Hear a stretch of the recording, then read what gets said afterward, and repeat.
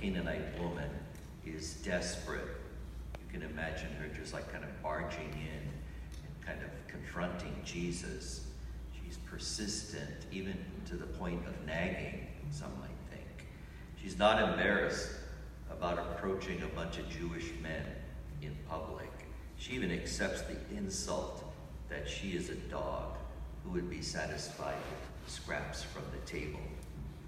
And Jesus is also pretty raw in his language, isn't he, in the way he speaks to her. First, he completely ignores her, kind of brushes her off. Then he tells her point blank that you're a non-Jew, basically, and I have come for the people of Israel.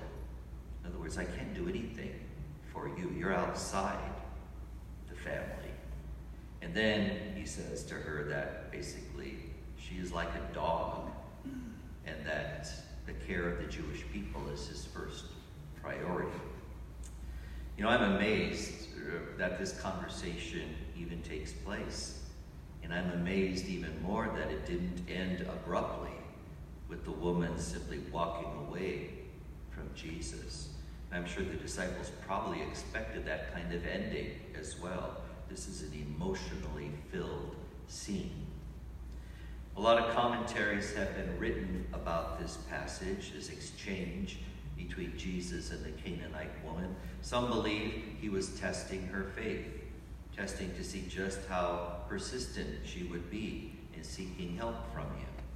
Other commentaries suggest that Jesus was simply saying out loud what his disciples were already thinking. Remember, they wanted to get rid of her. As Jewish men, these disciples probably held to their own prejudices and biases against someone who was a non-Jew and someone who was a woman. Jesus was simply saying what they were thinking, and they probably were enjoying hearing what he was saying. Well, whatever the motivations for this dialogue of Jesus with this woman, we know that he was surprised by her faith. He says to her, "Woman, great is your faith."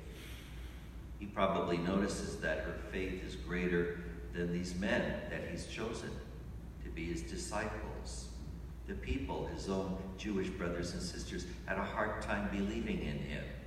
And here this pagan woman calls him Lord and Son of David and believes that he can cure her daughter. She has more faith than anybody else Jesus has come into contact with to this point. One thing that I take away from this exchange is that we should never doubt the faith of people who may appear to be faithless. Just because someone, for instance, is not Catholic, just because they're not Christian, just because someone doesn't belong to a church, or some people appear to be rough around the edges, that doesn't mean they don't have faith. We simply cannot judge what is in a person's heart. Secondly, we should never think that for a moment Jesus would deliberately ignore or insult someone. Jesus was using language that was common for his day when it came to dealing with non-Jews. If anything, Jesus was using this occasion to teach his disciples something important about respect and kindness and compassion. And finally, what I learned from this story is that persistence really does pay off.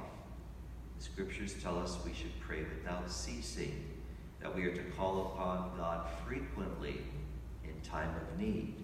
We should never think that our prayers are bothersome to God, or that he has better things to do, or that he's going to grow tired of us asking for the same thing over and over again. If anything, persistence in prayer comes from God himself, who inspires us by the Holy Spirit to pray. The more we ask, really the more faithful we are being, and the more we will grow in our faith. So the Canaanite woman offers us a good lesson in what it means to be a disciple, what it means to pray with sincerity, and what it means to trust.